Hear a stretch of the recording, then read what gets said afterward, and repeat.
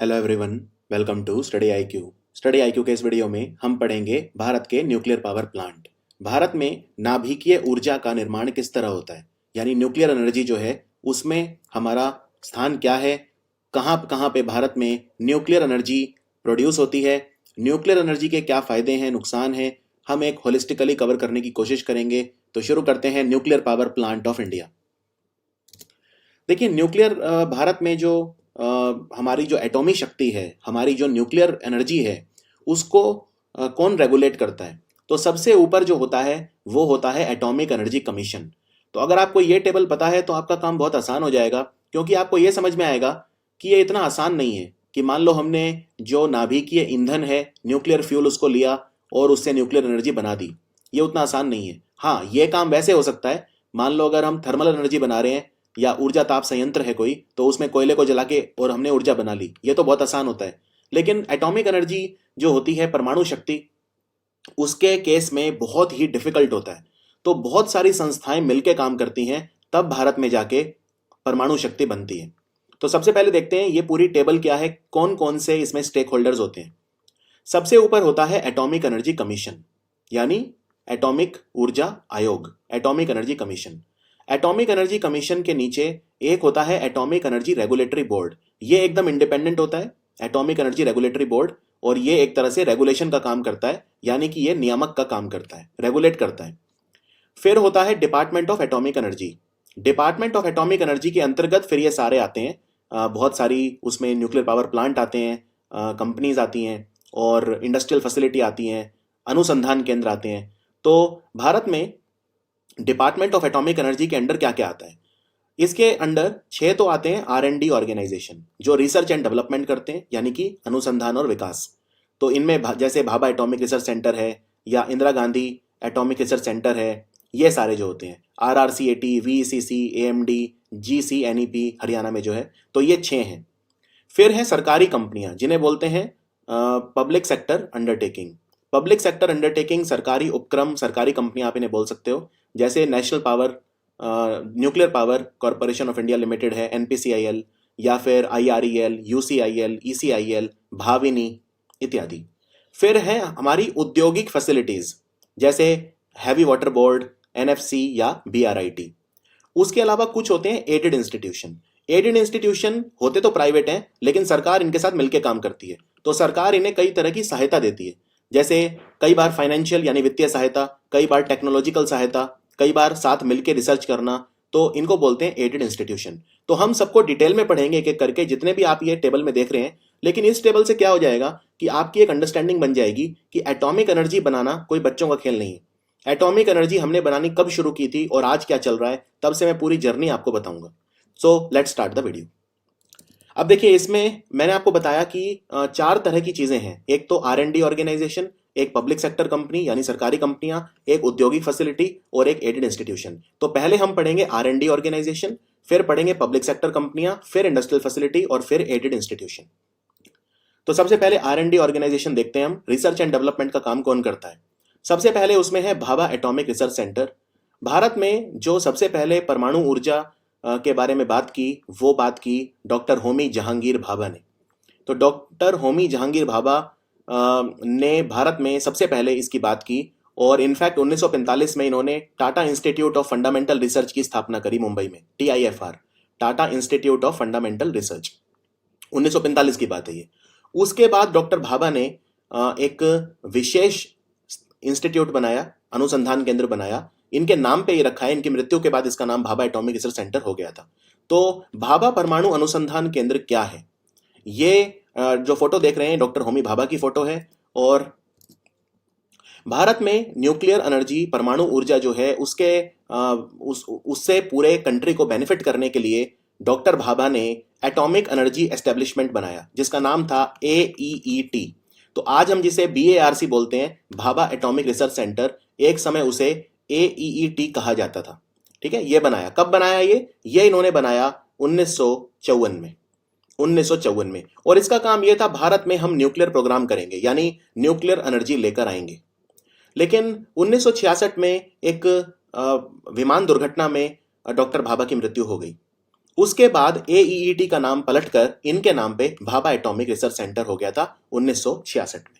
तो मैंने यहाँ पे हिंदी और इंग्लिश दोनों में लिखी है, सेम चीज़ है एकदम। आप अपनी चॉइस के हिसाब से, अपनी पसंद के हिसाब से आप चाहें तो हिंदी में पढ़ सकते हैं या इंग्लिश में भी पढ़ सकते हैं। जितनी भी स्लाइड हैं इसमें उसमें मैंने हिंदी और इंग्लिश दोनों में लिखा है, तो आप कोई भी भाषा आपकी हो आप उसमें पढ़ सकते हैं।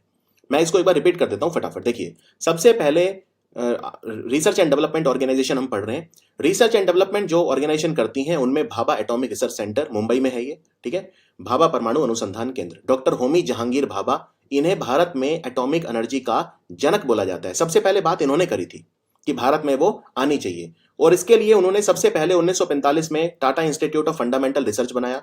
उसके बाद इन्होंने AEET बनाया, और AET बनाया ट्रॉम्बे में। ट्रॉम्बे कहीं नहीं है, मुंबई में ही है, बॉम्बे उस वक्त बोलते थे, तो ट्रॉम्बे मुंबई में ही है, वहीं जहां आज BARC है, क्योंकि इसी का नाम पलट के हमने भाभा एटॉमिक रिसर्च सेंटर किया, राइट। और इनकी जब मृत्यु हो गई उसके बाद फिर नाम पलट के ये हो गया था।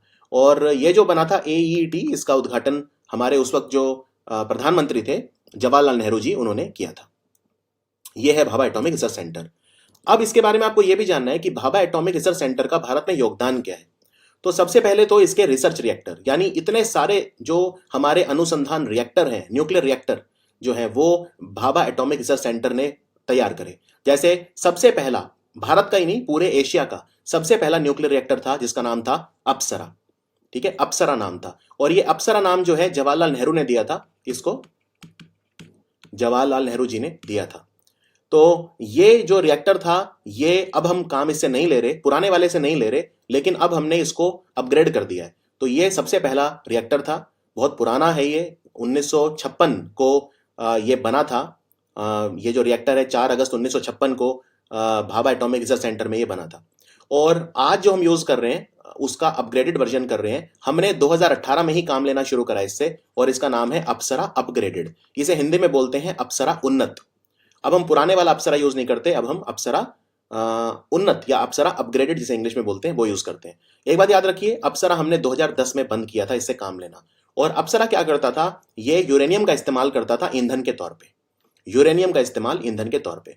तो अगर आपसे पूछा जाए कि न्यूक्लियर रिएक्टर में ईंधन कौन सा यूज होता है, तो उसमें या तो आप यूरेनियम का इस्तेमाल कर सकते हैं या आप प्लूटोनियम का इस्तेमाल कर सकते हैं, ये दो यूज होते हैं। आप थोरियम का इस्तेमाल भी कर सकते हैं। ये देखिए, ये डिपेंड करता है कि किस तरह का न्यूक्लियर रिएक्टर है, यानी कि पहले चरण वाला है, दूसरे चरण वाला है। जो एडवांस कंट्री हैं, अमेरिका है, रूस है, जो हमेशा से न्यूक्लियर एनर्जी में बहुत आगे रहे हैं, वो स्टेज 3 तक के रिएक्टर यूज करते हैं। लेकिन भारत आज भी स्टेज 2 तक कोशिश कर रहा है। अभी हम मोस्टली रिएक्टर स्टेज 1 वाले हैं, हमारे पहले चरण वाले हैं, लेकिन हम कोशिश कर रहे हैं कि उनको अपग्रेड किया जाए।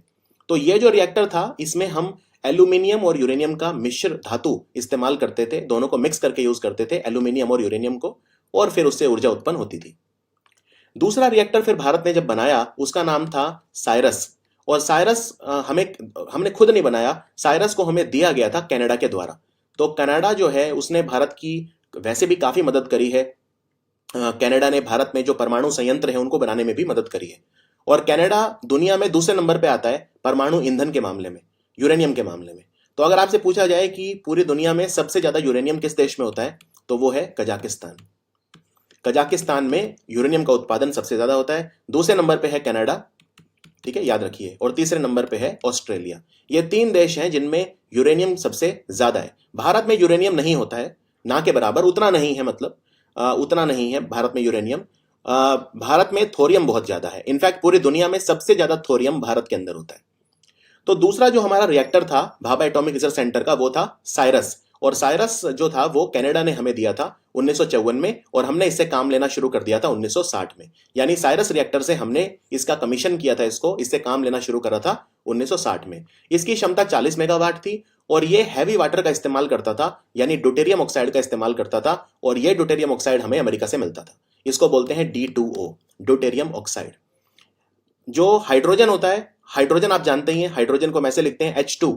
तो हाइड्रोजन का ही एक समस्थानिक होता है, यानी आइसोटोप होता है, जिसको ड्यूटेरियम बोलते हैं, और एक ट्रिटियम होता है। तो ट्रिटियम जो होता है वो रेडियोधर्मी होता है, और ड्यूटेरियम जो होता है वो उसको हैवी वाटर कहा जाता है अगर वो ऑक्सीजन के साथ मिल जाए। तो जैसे पानी को हम लिखते हैं H2O, ठीक है। इसमें हाइड्रोजन के 2 अणु होते हैं और ऑक्सीजन का 1 अणु होता है। उसी तरह से अगर हाइड्रोजन की बजाय हम ड्यूटेरियम का इस्तेमाल करें जो कि हाइड्रोजन का आइसोटोप है या समस्थानिक है, तो फिर उसको D2O कहा जाता है, यानी कि ड्यूटेरियम ऑक्साइड या हैवी वाटर यानी भारी जल कहा जाता है। उसके बाद भारत ने बनाया तीसरा रिएक्टर। भारत का जो तीसरा रिएक्टर था इसका नाम था जर्लीना।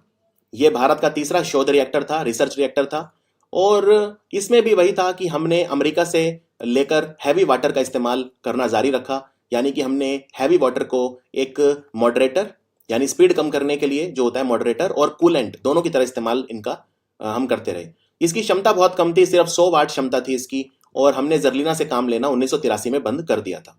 तो ये जर्लीना जो था ये असुरक्षित भी था, ये उतना सुरक्षित भी नहीं था, तो ये भी आपको याद रखना है। इसमें भी हम यूरेनियम का इस्तेमाल करते थे ईंधन के तौर पे।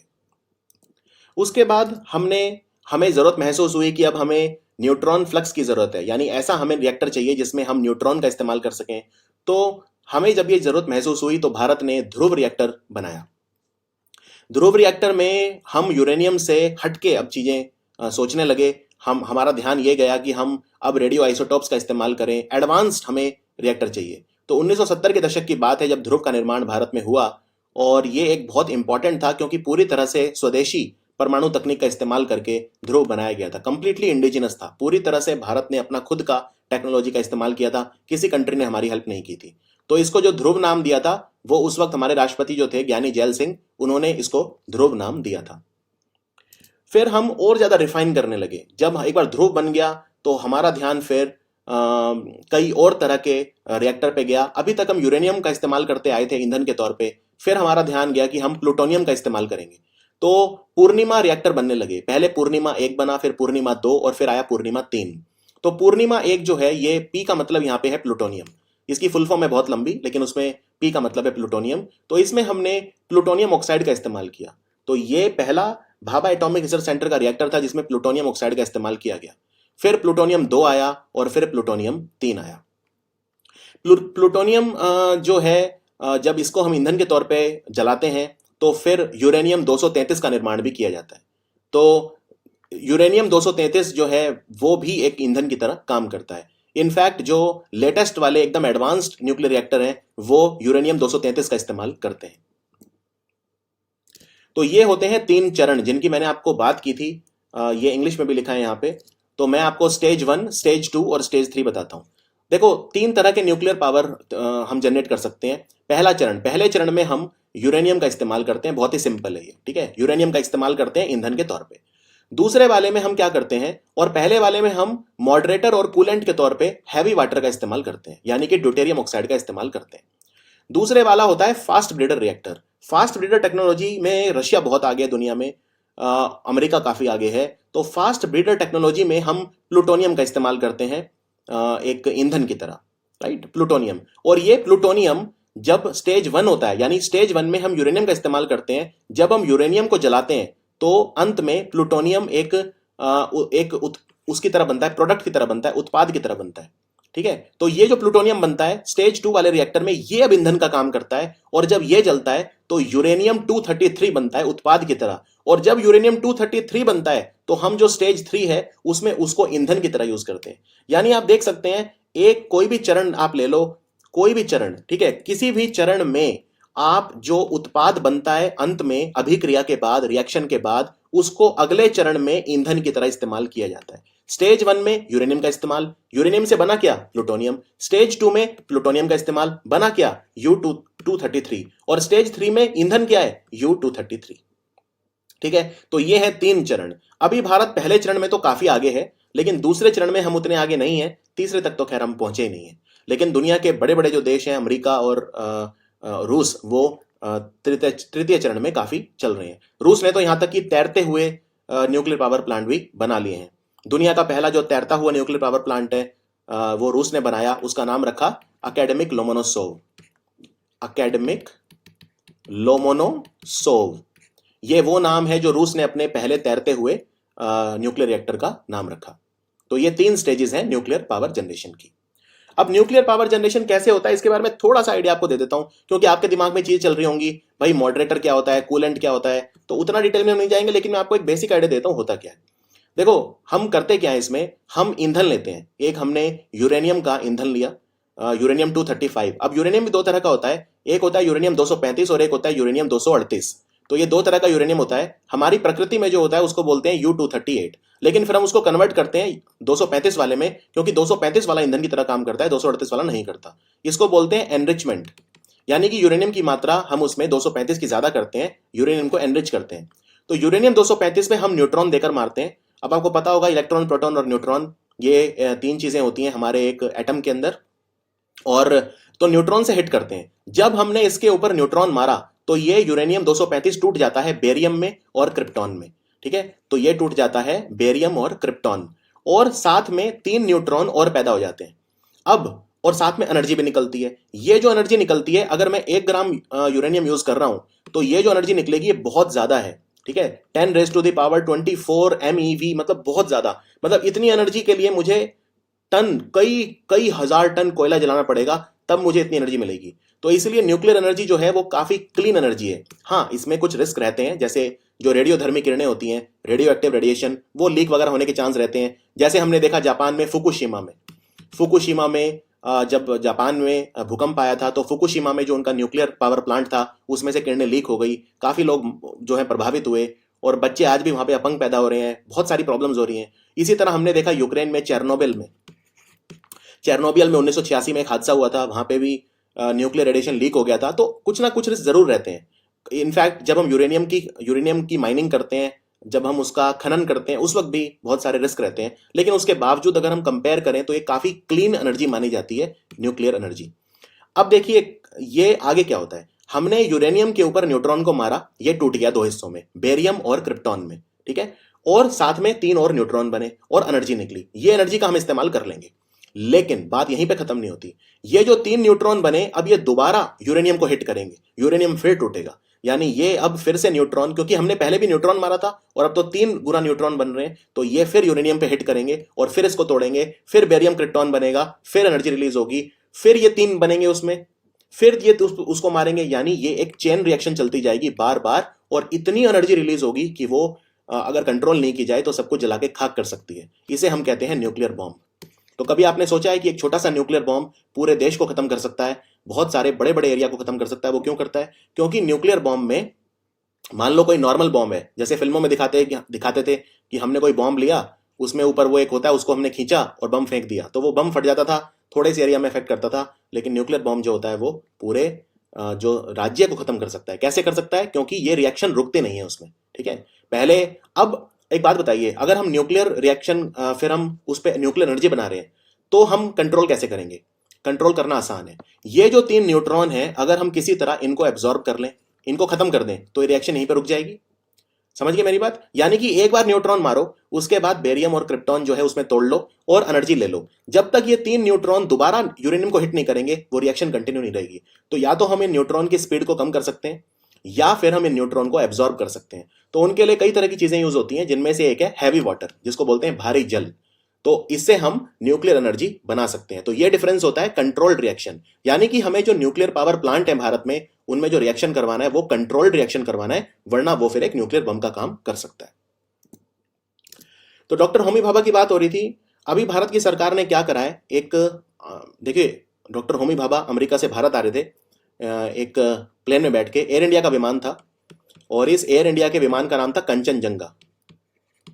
भारत में जो हिमालय की सबसे ऊंची चोटी है 8,598 मीटर, कंचनजंगा, उसके नाम पे इसका नाम, विमान का नाम था कंचनजंगा। एयर इंडिया का विमान था, भारत से अमेरिका आ रहा था। 1966 में वो अचानक कंट्रोल से बाहर हुआ, और वो जो फ्रांस में एल्प्स के पहाड़ हैं, तो एल्प के पहाड़ इटली में भी हैं, फ्रांस में भी हैं, स्विट्जरलैंड में भी हैं, काफी देशों में है। तो एल्प के खूबसूरत पहाड़ों में टकरा गया और वो उनकी डेथ हो गई।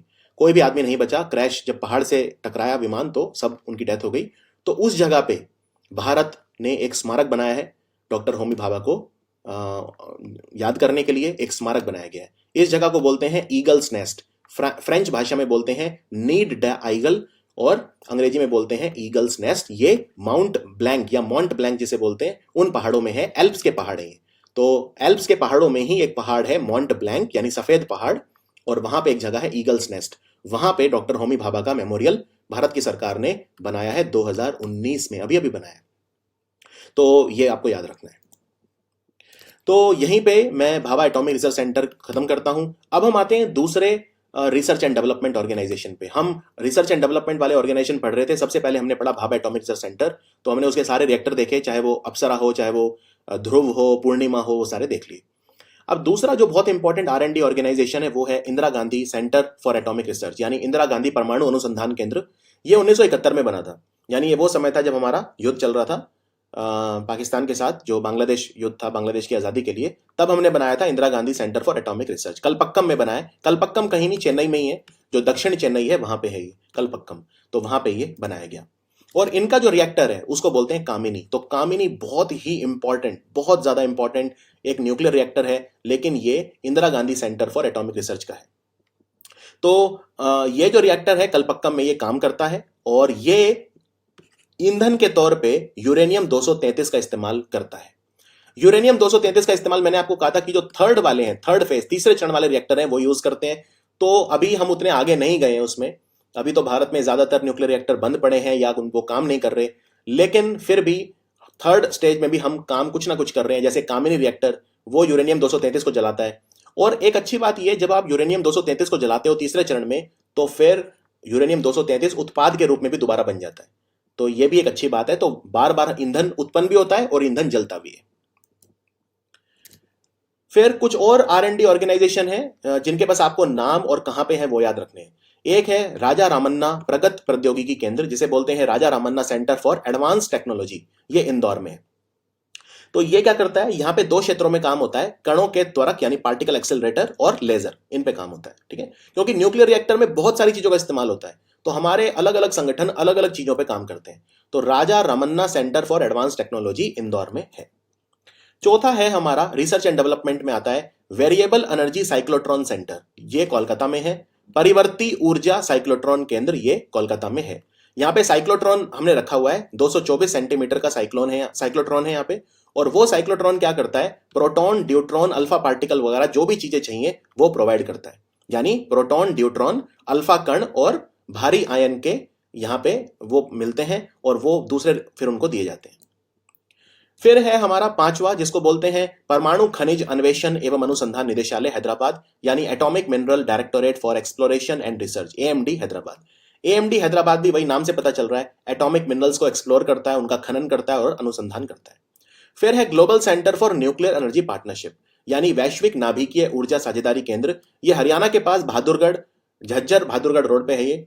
बहादुरगढ़ से झज्जर जब आप जाएंगे, हरियाणा के 2 जिले हैं, तो ये बीच में आता है global centre for nuclear energy partnership. और ये अभी बन रहा है, निर्माणाधीन है, ये भी बनके तैयार नहीं हुआ है, लेकिन ये इसका काम भी वही है, परमाणु ऊर्जा के ऊपर अनुसंधान करना। ठीक है, अब देखिए भारत में जो डिपार्टमेंट ऑफ एटॉमिक एनर्जी है, डिपार्टमेंट ऑफ एटॉमिक एनर्जी आप जानते हैं डॉक्टर जितेंद्र सिंह इसके मंत्री हैं, वो इस विभाग को संभालते हैं।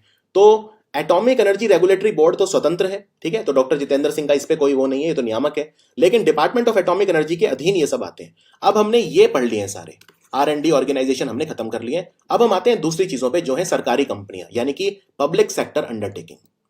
तो सार्वजनिक क्षेत्र के उपक्रम कहते हैं इन्हें, या अंग्रेजी में बोलते हैं पब्लिक सेक्टर अंडरटेकिंग, यानी सरकारी कंपनी। ठीक है, अब इसमें कितनी कंपनियां हैं, पांच कंपनियां। तो 5 कंपनी कौन सी हैं? सबसे पहले सबसे important nuclear power corporation of India, NPCIL, Mumbai में हेडक्वार्टर है इसका।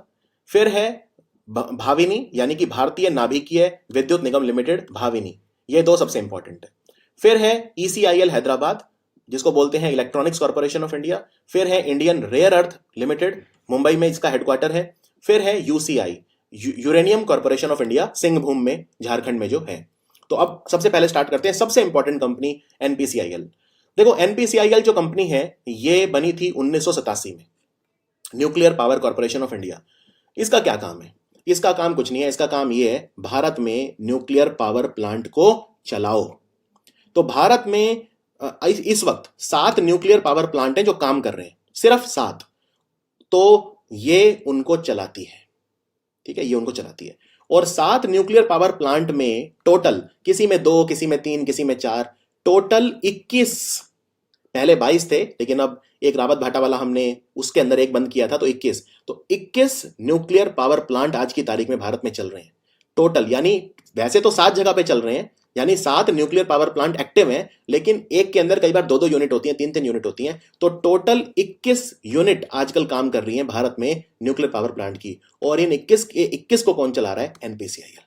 तो सबसे इंपॉर्टेंट कंपनी है ये, ठीक है। और ये कंपनीज एक्ट 1956 के तहत रजिस्टर्ड है कंपनी, ये सरकारी कंपनी है। और हमारी जो एटॉमिक एनर्जी एक्ट पास हुई थी 1962, उसके तहत ये काम करती है। इसमें यह कहा गया था भारत को परमाणु ऊर्जा बनानी है और उसको बनाने का जो काम है वो एनपीसीआईएल करेगी। यहां पे आपको बता दूं, ये अकेली सरकारी कंपनी है, हमारी सरकार की एकमात्र कंपनी है जो हमारे न्यूक्लियर पावर प्लांट चलाती है कमर्शियली, यानी व्यावसायिक रूप से। लेकिन 2003 में हमने एक और बनाई जिसका नाम है भाविनी। खैर, भाविनी अभी सिर्फ एक ही न्यूक्लियर पावर प्लांट को चला रही है, वो है कलपक्कम। कलपक्कम की भी बस एक यूनिट पे काम चल रहा है, लेकिन मेन सारा काम करती है एनपीसीआईएल। तो यहां पे आप देखिए, ये मैप बहुत इंपॉर्टेंट है आपके लिए। इसमें आपको ये समझ में आ जाएगा कि कौन कौन से न्यूक्लियर पावर प्लांट हैं जिनको एनपीसीआईएल चला रहा है। अब देखिए, ये मैंने 3 उसमें डिवाइड करे, यहाँ पे 3 कलर देखिए। जो ब्लू कलर का ट्राइंगल है ये बताता है वो जो काम कर रहे हैं। और अगर आप जो काम कर रहे हैं उन्हें गिनेंगे तो देखिए, नरोडा उत्तर प्रदेश में, यहां पे 2 यूनिट काम कर रहे हैं 220 मेगावाट क्षमता के, ये कार्यशील है, तो गिन लो 2, ठीक है। फिर रावत भाटा में टोटल 5 यूनिट काम कर रहे हैं, ठीक है। एक ये वाला और एक ये, 4 ये वाले, 4 और 1 5 और 2 7। काकड़ा पार जो है गुजरात में, इसमें 2 यूनिट काम कर रहे हैं, 2 और 2 अलग अलग क्षमताओं के तारापुर में कर रहे हैं महाराष्ट्र में। जैतापुर तो अभी शुरू में नहीं हुआ। काइगा कर्नाटक में 4 यूनिट काम कर रहे हैं। कुंडनकुलम जो तमिलनाडु में है, इसमें 2 यूनिट काम कर रहे हैं। कलपक्कम में 2 यूनिट काम कर रहे हैं। कोवड्डा भी शुरू नहीं हुआ है, हरिपुर शुरू नहीं हुआ है, छुटका मध्य प्रदेश में शुरू नहीं हुआ है। तो अगर आप टोटल गिन लेते हैं, 2 और 2 4 और 4 8 और 2 10 और 2 12 और 2 14 और 5 19 और 2 21, तो भारत में 21 हमारे यूनिट काम कर रहे हैं, ठीक है। 21 यूनिट भारत में काम कर रहे हैं। और कितने पावर प्लांट काम कर रहे हैं भारत में? सिर्फ 7। कौन कौन से काम कर रहे हैं? एक तो नरोडा कहां पे है? नरोडा है उत्तर प्रदेश में। उसके बाद रावत भाटा है राजस्थान में, ये काम कर रहा है। काकड़ा पार गुजरात में काम कर रहा है। तारापुर महाराष्ट्र में काम कर रहा है। इनफैक्ट तारापुर को अभी 50 साल पूरे हुए हैं, तो 2019 में ये न्यूज में आया था, 50 साल पूरे करे हैं इसने। 1969 में स्टार्ट हुआ था ये तारापुर वाला। काइगा है कर्नाटक में, ये काम कर रहा है। इसके 4 यूनिट, चारों के चारों काम कर रहे हैं। और काइगा ने वर्ल्ड रिकॉर्ड बनाया अभी। काइगा बंद ही नहीं हुआ, लगातार 941 दिन काम करके वर्ल्ड रिकॉर्ड बनाया। इससे पहले रिकॉर्ड था 940 दिन, जो ब्रिटेन का एक न्यूक्लियर पावर प्लांट था उसके नाम था, लेकिन वो रिकॉर्ड काइगा ने तोड़ा है। तो काइगा ने लगातार 941 दिन काम करके वर्ल्ड रिकॉर्ड बनाया, गिनीज वर्ल्ड रिकॉर्ड। फिर कुंडनकुलम जो है ये भी काम कर रहा है। कलपक्कम, दोनों तमिलनाडु में है। कलपक्कम वाले को मद्रास भी बोलते हैं, मतलब मद्रास के साउथ में है ये कलपक्कम, तो इसे मद्रास एटॉमिक पावर प्लांट भी कई बार बोल देते हैं।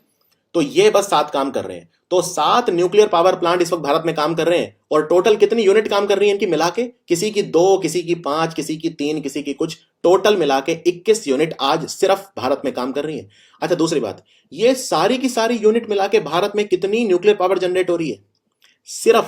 सिर्फ 7000 मेगावाट से कम, ठीक है। एग्जैक्ट डेटा 68 समथिंग है, लेकिन आप याद रखो 7000 मेगावाट। और पूरे भारत में जितनी भी बिजली बनती है ये उसका 3% है।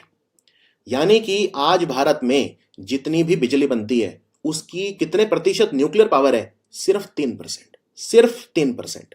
तो हमें क्लीन एनर्जी बढ़ानी है। और कोयले से कितनी बन रही है आज की तारीख में? 60 से 65%। यानी ज्यादातर बिजली आज भारत में जो बनती है वो थर्मल पावर प्लांट से बनती है, ऊर्जा ताप संयंत्र से बनती है, कोयले से बनती है। तो उससे प्रदूषण भी होता है। पहला नुकसान ये प्रदूषण होता है। दूसरा ये है कि कोयला तो एक सीमित संसाधन है, कोयला एक दिन खत्म हो जाएगा, तो वो भी दिक्कत है। कोयले की खदानों में बहुत लोग मर जाते हैं, वो हेल्थ हजार्ड और वो सब एक अलग दिक्कतें हैं। कोयले में गैंग वगैरह होते हैं और वो सब होता है, पारदर्शिता कम है, वो सब अलग समस्याएं हैं। तो हमें क्लीन एनर्जी की तरफ बढ़ना है, हमें सौर ऊर्जा की तरफ बढ़ना है, न्यूक्लियर एनर्जी की तरफ बढ़ना है, हमें विंड पावर, पवन ऊर्जा, इनकी तरफ बढ़ना है। तो ये क्लियर है आपको कौन कौन से भारत में न्यूक्लियर पावर प्लांट है जो एनपीसीआईएल चलाता है। अब मैंने आपको बताया एनपीसीआईएल एकमात्र सरकारी कंपनी है जो भारत में सारे के सारे न्यूक्लियर पावर प्लांट चलाती है। लेकिन 2003 में हमें लगा कि सिर्फ एक कंपनी पे इतनी निर्भरता ठीक नहीं है, तो हमने एक और कंपनी बना दी 2003 में। यह कंपनी है भाविनी, जिसको बोलते हैं भारतीय नाभिकीय विद्युत निगम लिमिटेड। भारतीय नाभिकीय विद्युत निगम लिमिटेड, इंग्लिश में भी लिखा है यहाँ पे। और ये चेन्नई में कलपक्कम में ही है। तो कलपक्कम वाले प्लांट में एक यूनिट इसको भी दे दी कि भाई तुम भी शुरू करो। लेकिन आज की तारीख में बहुत ज्यादा काम ये नहीं कर रही, बस कलपक्कम वाला जो प्लांट है वहां ये थोड़ा बहुत अपना काम कर रही है। उसके अलावा आज भी सब कुछ एनपीसीआईएल ही चलाता है। अब हमने दोनों कंपनियां देख ली जो सबसे इंपॉर्टेंट थी, एनपीसीआईएल भी देख ली, भाविनी भी देख ली, ठीक है। अब कुछ और सरकारी कंपनियां भी हैं जो इंपॉर्टेंट नहीं है, बस ये पता होना चाहिए कहां पे हैं। जैसे एक है electronic corporation of India limited. Electronic corporation of India limited ये हैदराबाद में है। फिर है इंडियन रेयर अर्थ लिमिटेड, ये मुंबई में है। जो रेयर अर्थ दुर्लभ तत्व होते हैं उनकी माइनिंग करती है Indian rare earth limited, Mumbai. फिर है uranium corporation of India, Singhbhum में, जो झारखंड है वहां पे सिंहभूम जिला जो है वहां पे यूरेनियम के भंडार बहुत मिलते हैं, तो यूरेनियम कॉर्पोरेशन ऑफ इंडिया वहां पे यूरेनियम को उनको खनन का काम करती है। ये तीन कंपनियां आपको इनके हेडक्वार्टर पता होने चाहिए, इलेक्ट्रॉनिक कॉर्पोरेशन ऑफ इंडिया का Hyderabad, Indian rare earth limited का मुंबई और यूरेनियम कॉर्पोरेशन ऑफ इंडिया का सिंहभूम। अब हम आते हैं अपनी टेबल पे दोबारा। हमने R&D ऑर्गेनाइजेशन पढ़ ली है, हमने पब्लिक सेक्टर कंपनियां पढ़ ली हैं। अब हम आते हैं तीसरी पे जो है इंडस्ट्रियल फैसिलिटी। इंडस्ट्रियल फैसिलिटी में सिर्फ तीन है, इनमें हम डिटेल में नहीं जाएंगे, बस आपको नाम याद होना चाहिए और हेडक्वार्टर। तो सबसे पहले heavy water board. Heavy water board क्या करेगा? ड्यूटेरियम ऑक्साइड अवेलेबल करवाएगा, क्योंकि ये एक सीमितक यानी मॉडरेटर और कूलेंट की तरह इस्तेमाल होती है। तो हैवी वाटर बोर्ड का हेडक्वार्टर मुंबई में है। वैसे आपको बता दूं, हैवी वाटर बोर्ड भारत में 7 जगह अपने क्षेत्रीय केंद्र चलाता है। 7 जगह क्षेत्रीय केंद्र चलाता है हैवी वाटर बोर्ड, लेकिन हेडक्वार्टर मुंबई में है। भारी पानी या भारी जल बोर्ड भी बोल सकते हो, D2O को भारी पानी बोलते हैं, ड्यूटेरियम ऑक्साइड। फिर है nuclear fuel complex. Nuclear fuel complex Hyderabad में है, इसका मुख्यालय। नाभिकीय ईंधन सम्मिश्र, ये क्या करता है? ये बेसिकली यूरेनियम के ऊपर जिरकोनियम की कोटिंग चढ़ाता है। जो यूरेनियम की हम रोड यूज करते हैं उनके ऊपर एक कोटिंग चढ़ाता है ये जिरकोनियम की। जिरकोनियम का इस्तेमाल भी किया जाता है न्यूक्लियर रिएक्टर में। उसके बाद है विकिरण एवं आइसोटोप प्रौद्योगिकी बोर्ड, यानी board of radiation and isotope technology, जो मुंबई में है। ये जो समस्थानिक होते हैं आइसोटोप वगैरह उनको प्रोड्यूस करता है न्यूक्लियर रिएक्टर के लिए। यानी सारे कुछ ना कुछ काम करते हैं, कोई कुछ बना रहा है, कोई कुछ बना रहा है, तब जाके न्यूक्लियर रिएक्टर में काम होता है। तो ये है इंडस्ट्रियल फैसिलिटी। यानी अब हमने ये भी देख लिया, ये भी देख लिया और ये भी देख लिया। अब हम आते हैं आखिरी चीज पे जो है एडेड इंस्टीट्यूशन। ये एडेड इंस्टीट्यूशन वो होते हैं जो प्राइवेट हैं लेकिन सरकार इनके साथ मिलकर काम करती है। कौन कौन से हैं ये? तो इसमें सबसे पहले आता है Tata institute of fundamental research. ये सबसे पहले बना था न्यूक्लियर रिसर्च के लिए, 1945 में बना था, डॉक्टर होमी भाभा ने बनाया था। और यहीं से भारत में परमाणु ऊर्जा के विकास की शुरुआत हुई थी। हमारा देश आजाद भी नहीं हुआ था, 1945 की बात है, तब से ही डॉक्टर भाभा ने सोच लिया था कि भारत में न्यूक्लियर एनर्जी बनेगी, उस पर अनुसंधान भारत में होगा। उसके बाद है Tata memorial centre. Tata memorial centre जो है, टाटा स्मारक केंद्र, ये है मुंबई में। फिर है Saha institute of nuclear physics, ये कोलकाता में है। इसका नाम डॉक्टर मेघनाथ साहा के नाम पे रखा है। जो डॉक्टर मेघनाथ साहा थे ये बहुत बड़े भारत के एटॉमिक साइंटिस्ट हुए हैं, तो इन्होंने काफी योगदान दिया। डॉक्टर होमी भाभा तो पता ही है, और एक डॉक्टर विक्रम साराभाई भी थे। विक्रम साराभाई वैसे तो अंतरिक्ष वैज्ञानिक थे, पर इन्होंने उसमें भी काफी योगदान दिया है, न्यूक्लियर एनर्जी में भी योगदान दिया है। तो विक्रम साराभाई जो है उनका योगदान भी कम नहीं है, क्योंकि उन्होंने काफी हेल्प करी थी डॉक्टर भाभा की, ठीक है। और जो थुम्बा, केरल में जो थुम्बा है, विक्रम साराभाई स्पेस स्टेशन जिसको बोलते हैं, वो इन्होंने ही बनाया था, डॉक्टर विक्रम साराभाई। उसमें डॉक्टर होमी भाभा ने इनकी मदद करी थी। तो सारे वैज्ञानिक मिलकर काम करते थे, तभी जाके इतनी बड़ी बड़ी चीजें हो पाती हैं। उसके बाद है भौतिकी संस्थान भुवनेश्वर में, इंस्टीट्यूट ऑफ फिजिक्स, जो भी फिजिक्स का काम होता है न्यूक्लियर रिएक्टर के लिए वो यहाँ पे होता है। हरीश चंद्र रिसर्च इंस्टीट्यूट प्रयागराज में है। हरीश चंद्र अनुसंधान संस्थान, ये है प्रयागराज में। ये वो केंद्र बता रहा हूं आपको जो प्राइवेट है लेकिन सरकार के साथ मिलकर काम करते हैं, इन्हें सरकारी मदद मिलती है, इन्हें एडेड इंस्टीट्यूशन कहा जाता है। फिर है national institute of science education and research, national institute, ये NISER बोलते हैं, निसर भुवनेश्वर, यहाँ पे है ये। फिर है इंस्टीट्यूट ऑफ मैथमेटिकल साइंस यानी चेन्नई, गणित विज्ञान संस्थान चेन्नई। फिर है प्लाज्मा रिसर्च यानी प्लाज्मा अनुसंधान संस्थान, अहमदाबाद गांधीनगर हाईवे पे है ये, अहमदाबाद गुजरात। फिर है परमाणु ऊर्जा शिक्षण संस्थान जो कि मुंबई में है, एटॉमिक एनर्जी एजुकेशन सोसाइटी। और होमी भाभा राष्ट्रीय संस्थान, होमी भाभा नेशनल इंस्टीट्यूट, ये मुंबई में है। तो ये है एडेड इंस्टीट्यूशन। अब एक चीज याद रखिए, भारत ने न्यूक्लियर टेस्ट भी किए हुए हैं। भाई न्यूक्लियर एनर्जी जो है वो तो हम बना ही रहे हैं, लेकिन न्यूक्लियर कंट्री भी तो हैं हम। जैसे पाकिस्तान न्यूक्लियर कंट्री है, अमेरिका है, रूस है, कई कंट्रीज है, चाइना है, इन सबके पास न्यूक्लियर बम है। तो भारत ने अपना सबसे पहला न्यूक्लियर टेस्ट कब किया था? उसको नाम दिया था स्माइलिंग बुद्धा। इंदिरा गांधी के टाइम में किया था 1974 में, 18 मई को, ठीक है। और ये पता चल गया था यूनाइटेड नेशंस को, तो हमारी काफी मतलब वो हुई थी भारत की। इसके बाद कई तरह के हमारे ऊपर सैंक्शन लगे थे और कई कंट्रीज ने हमारे साथ सहयोग करना बंद कर दिया था। जैसे कनाडा ने हमारे साथ सहयोग करना बंद कर दिया था। काफी वो दुष्परिणाम हमें झेलने पड़े थे इसके, लेकिन वो होता ही है जब हम कुछ नया करते हैं। तो स्माइलिंग बुद्धा नाम था, हंसता हुआ बुद्धा। ये पोखरण 1 बोलते हैं इसे। राजस्थान में पोखरण में हुआ था ये भी। तो हमारे जो विदेश मंत्रालय है, मिनिस्ट्री ऑफ एक्सटर्नल अफेयर, उन्होंने इसको नाम दिया था स्माइलिंग बुद्धा को पोखरण 1। 18 मई 1974 को हुआ था राजस्थान में, इंदिरा गांधी के टाइम में। भारत ने कहा था हमने तो ये पीस के लिए किया था, ठीक है, हमारा कोई मतलब बम बनाने का नहीं था, बस हमारा एक वो था कि पीस के लिए हमने किया है। फिर जो दूसरा सबसे इंपॉर्टेंट अटल बिहारी वाजपेयी जी के टाइम में हुआ पोखरण 2, जिसको नाम दिया गया ऑपरेशन शक्ति। ये हुआ था 11 मई 1998 को। 11 मई 1998 को राजस्थान के पोखरण 2 बोलते हैं इसे, पोखरण 2 ऑपरेशन शक्ति। एपीजे अब्दुल कलाम और दूसरे वैज्ञानिक जो थे वो इसका भाग थे। और इस दिन को 11 मई को हम नेशनल टेक्नोलॉजी डे के रूप में मनाते हैं। ये वो दिन है जिस दिन हमने 5 बॉम्ब फोड़े थे, न्यूक्लियर बॉम्ब, ठीक है, 5 डेटोनेशन हमने किए थे टोटल, और एक उनमें से फ्यूजन बॉम्ब था और 4 थे फिशन बॉम्ब। तो नेशनल टेक्नोलॉजी डे किस दिन मनाया जाता है? 11 मई को, क्योंकि उस दिन हमने पोखरण में 1998 में टेस्ट किए थे और हम एक न्यूक्लियर कंट्री बने थे।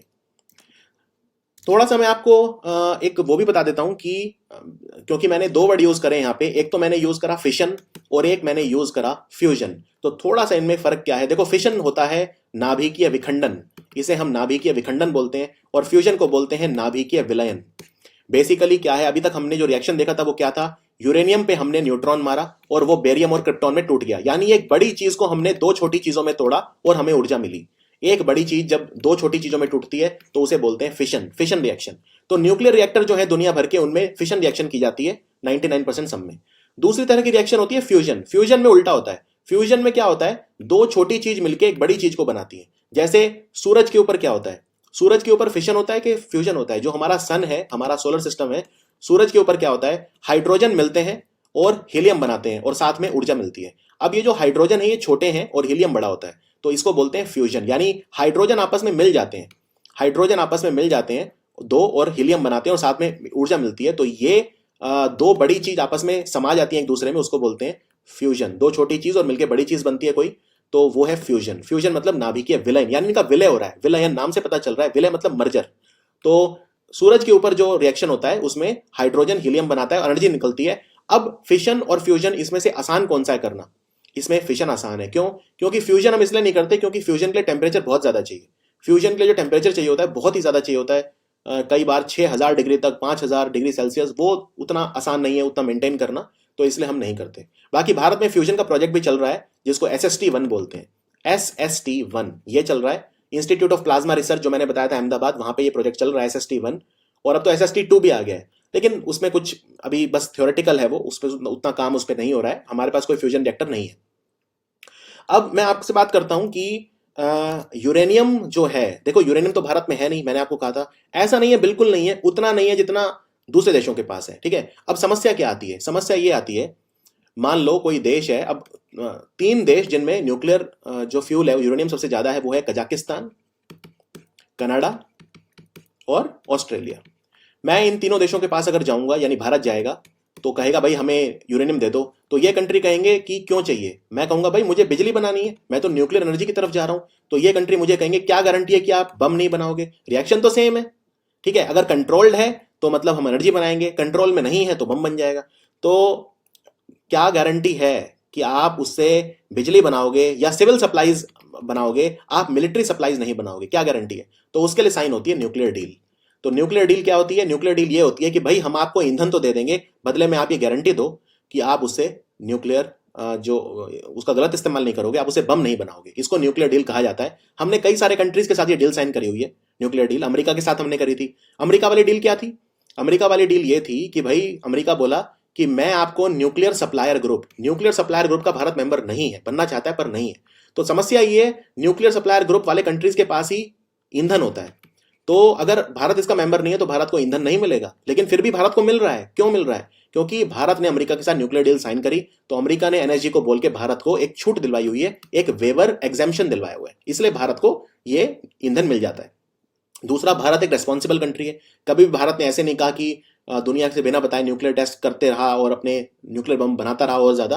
भारत एक रेस्पॉन्सिबल कंट्री है, हमेशा से हम रेस्पॉन्सिबल रहे हैं। हालांकि यहाँ पे आपको यह भी बता दूं कि जो 2 सबसे इंपॉर्टेंट ट्रीटीज हैं, मैं उन पे आऊंगा अभी, वो भारत ने साइन नहीं करी हुई। तो भारत के हाथ नहीं बंधे हुए, भारत जितने मर्जी चाहे न्यूक्लियर बम बना सकता है, लेकिन अगर बनाएगा तो फिर ऑब्वियसली फिर न्यूक्लियर सप्लायर ग्रुप का हम मेंबर नहीं बन पाएंगे, फिर हमें न्यूक्लियर फ्यूल नहीं मिलेगा, अमेरिका हमारे साथ सपोर्ट नहीं करेगा, ठीक है। फिर एक रेस हो जाएगी भारत, पाकिस्तान, चाइना वगैरह में, किसके पास कितने न्यूक्लियर हथियार हैं। तो उन सब के कारण हम उतने ज्यादा न्यूक्लियर टेस्ट नहीं करते। अब यूरेनियम भारत में कहाँ कहाँ होता है, ये भी अच्छा सवाल है। तो ये मैप में वो मैंने बताया यूरेनियम कहाँ कहाँ पे होता है, और ये टेबल है, तो आप टेबल भी देख सकते हैं। और इस टेबल में आप देखिए कि भारत में सबसे ज्यादा जो यूरेनियम होता है वो आंध्र प्रदेश में होता है, कडप्पा में, आंध्र प्रदेश के कडप्पा में। और दूसरा सबसे ज्यादा होता है पूर्वी सिंहभूम झारखंड में, ठीक है, जहां पे यूरेनियम कॉर्पोरेशन ऑफ इंडिया का हेडक्वार्टर है। ईस्ट सिंहभूम में एक जगह है जादूगोड़ा, जादूगोड़ा ये खदानों के नाम है, माइंस के नाम है, यूरेनियम की खदानों के नाम है, जादूगोड़ा, भटिन, नरवा पहाड़, तुरामिद, बंधु, हुरुंग, मोहुल दिही और बागजत। इनके नाम आपको याद नहीं रखने, जादूगोड़ा याद रख लो, जादूगोड़ा काफी पूछते हैं। बाकी तेलंगाना में नालगोंडा में है, आंध्र प्रदेश में कडप्पा और गुंटूर में यूरेनियम मिलता है, झारखंड में एक और जगह मिलता है सरायकेला खारसुआ, मेघालय में पश्चिम खासी हिल में, राजस्थान में सीकर उदयपुर, यहाँ पे खदानों के नाम है रोहिल और उमरा। तो आपसे पूछ सकते हैं रोहिल और उमरा किस चीज की खदान है, यूरेनियम की।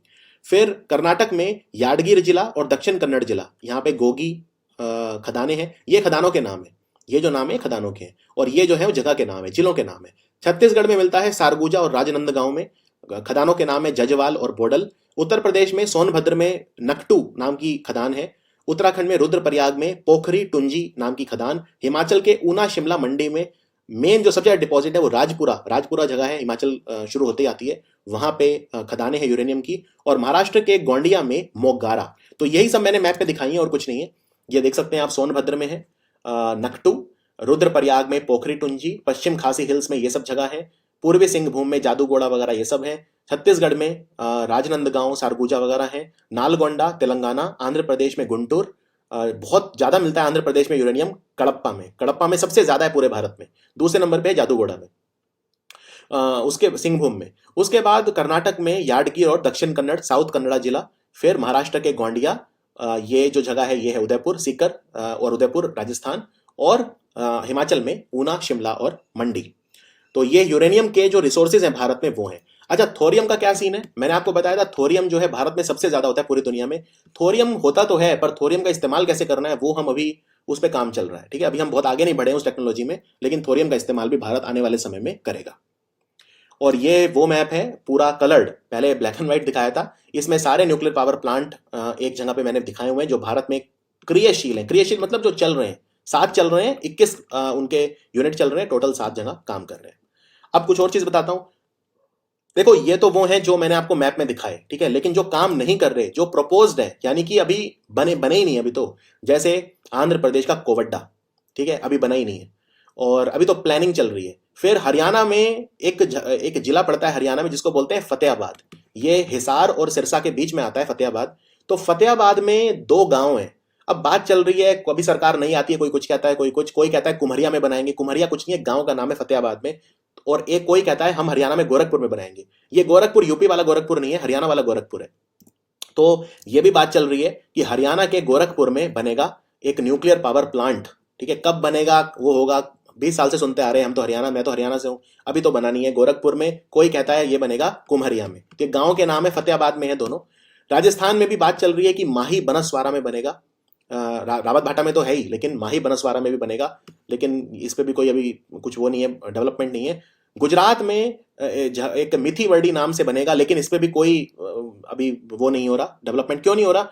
देखिए भारत में जहां भी न्यूक्लियर पावर प्लांट बनते हैं वहां पे जो लोग हैं, जो लोकल लोग हैं, वो बहुत ज्यादा प्रोटेस्ट करना स्टार्ट कर देते हैं, आंदोलन हो जाते हैं, लोगों को लगता है कि इससे न्यूक्लियर रेडिएशन लीक हो जाएगा, कई तरह के खतरे हैं वो हैं।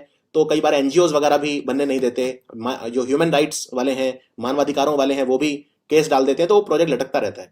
मध्य प्रदेश में बनेगा भीमपुर में, और एक मध्य प्रदेश में और बनेगा छुटका। तो छुटका तो मैंने मैप में दिखाया है, ये देखिए यहाँ पे, ये मध्य प्रदेश में ये जो है ये है छुटका, इसकी क्षमता होगी 2/700, लेकिन ये भी अभी बना नहीं है, सिर्फ प्लानिंग स्टेज में। तो मध्य प्रदेश में 2 बनेंगे, एक तो भीमपुर में बनेगा और एक छुटका में बनेगा। गुजरात में मिथीवर्डी में बनना था, लेकिन बीच में ऐसी बात आ रही थी, गुजरात सरकार ने बंद ही कर दिया ये, परेशान होके, क्योंकि लोगों के प्रोटेस्ट इतने ज्यादा हो गए थे। तो फिर आंध्र प्रदेश बोला मैं बनाऊंगा, तो मिथीवर्डी को शिफ्ट कर दिया था आंध्र प्रदेश में, लेकिन वापस अब गुजरात में है। तो अगर क्वेश्चन ये आ जाए कि भाई मिथीवर्डी कहां बनेगा, तो आप गुजरात मार्क करना आंसर में, ठीक है। राजस्थान में माही बनसवाड़ा और रावत भाटा। दूसरी बात ये भी आपको पता होना चाहिए कि किन देशों ने हमारी मदद करी है ये प्लांट लगाने में। तो कुछ का बता देता हूं आपको, जैसे तारापुर अमेरिका की मदद से बना, और तारापुर को 50 साल पूरे हो गए थे 2019 में, अक्टूबर 2019 में। मिथीवर्डी और कोवड्डा अभी तो बने नहीं है, लेकिन अमेरिका मदद करेगा इनमें, अमेरिका के साथ बात हो गई है, सारी डील हमारी साइन हो गई है। फिर जैतापुर, जैतापुर अभी तो बना नहीं है, महाराष्ट्र में है जैतापुर, बना नहीं है, लेकिन फ्रांस हमारी मदद कर रहा है, फ्रांस की कंपनी मदद कर रही है। फिर दो न्यूक्लियर पावर प्लांट हैं, एक तो तमिलनाडु के कुंडनकुलम में और एक बंगाल के हरिपुर में। इनमें रूस ने हमारी हेल्प करी है। कुंडनकुलम तो तैयार है, बन के चालू भी है, लेकिन हरिपुर में अभी कुछ हुआ नहीं है, लेकिन रशिया हमारी मदद कर रहा है। रशिया की एक कंपनी है जो हमारी मदद करती है, जिसका नाम है रोसाटोम। तो ये कंपनी का नाम बहुत अच्छे से याद कर लो, ये रशिया की वो कंपनी है जो न्यूक्लियर पावर प्लांट बनाती है, रोसाटोम। फिर रावत भाटा में हमने मदद ली कनाडा से, लेकिन 1974 में कनाडा ने हमारी मदद करनी बंद कर दी, रावत भाटा वाला प्लांट अधूरा रह गया, फिर भारत ने जैसे तैसे इसको पूरा किया। तो कनाडा बीच में ही छोड़ गया था हमें, पर फिर भी हम कहेंगे कनाडा के सहयोग से रावत भाटा बना है। अब एक संस्था है इंटरनेशनल एटॉमिक एनर्जी एजेंसी, यानी अंतर्राष्ट्रीय परमाणु ऊर्जा अभिकरण। ये नजर रखती है हर कंट्री पे कौन क्या कर रहा है, और इसका हेडक्वार्टर वियना में है। भारत इसका मेंबर है, बिल्कुल भारत तो बल्कि फाउंडिंग मेंबर्स में से एक है, जो सबसे शुरू के मेंबर थे उनमें से भारत है। 171 कंट्रीज आज इसके मेंबर है, और इसका हेडक्वार्टर ऑस्ट्रिया की राजधानी वियना में है। 1957 में ये ऑर्गेनाइजेशन बनी थी, इंटरनेशनल एटॉमिक एनर्जी एजेंसी। तो भारत का फ्यूचर क्या है? देखो, भारत अब काफी काम कर रहा है न्यूक्लियर एनर्जी पे, इसमें कोई शक नहीं है।